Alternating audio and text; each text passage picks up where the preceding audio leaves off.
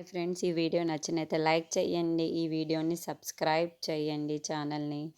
సంయుక్తగా వచ్చిన లక్ష్మిని అన్ని రకాల వంటకాలు చేసి భోజనం చేయమని డైనింగ్ టేబుల్ దగ్గరికి కూర్చోబెట్టి అందరూ కలిసి భోజనం చేస్తూ ఉంటారు.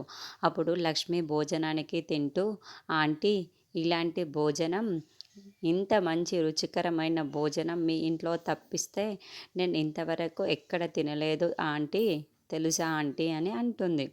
మీరు చాలా బాగా వంట చేశారు ఆంటీ, ఇలాంటి ఇండియన్ ఫుడ్ని నేను ఎక్కడ తప్పితే ఎక్కడ తినలేదు అని లక్ష్మి అంటుంది. పోనీలే అమ్మ, రోజు మా ఇంటి దగ్గర నుండి మీకు క్యారేజ్ పంపిస్తాను అని అరవింద అంటుంది.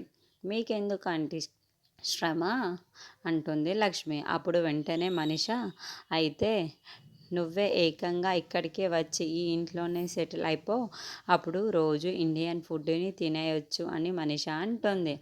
మనిష, ఎంత గుడ్ ఐడియా ఇచ్చావు, సూపర్ మనిష నువ్వు అని లక్ష్మి అనగానే అందరూ షాకింగ్గా చూస్తూ ఉంటారు. అవునమ్మా సంయుక్త, చక్కగా నువ్వు కూడా ఇక్కడే ఉండిపోవచ్చు కదా అని జయదేవ్ అంటాడు.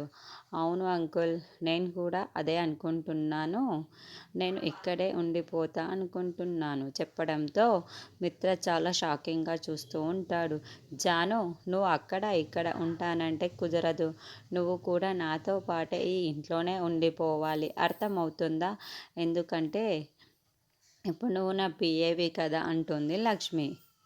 దాంతో దేవయాని టెన్షన్ పడుతూ, ఏంటి ఈ సంయుక్తతో పాటు ఈ జాను కూడా ఈ ఇంట్లోనే ఏకంగా తిష్ట వేస్తుందా, ఈ ఇంట్లోనే పర్మనెంట్గా ఉండిపోతుందా అని దేవయాని టెన్షన్ పడుతూ చూస్తూ ఉంటుంది.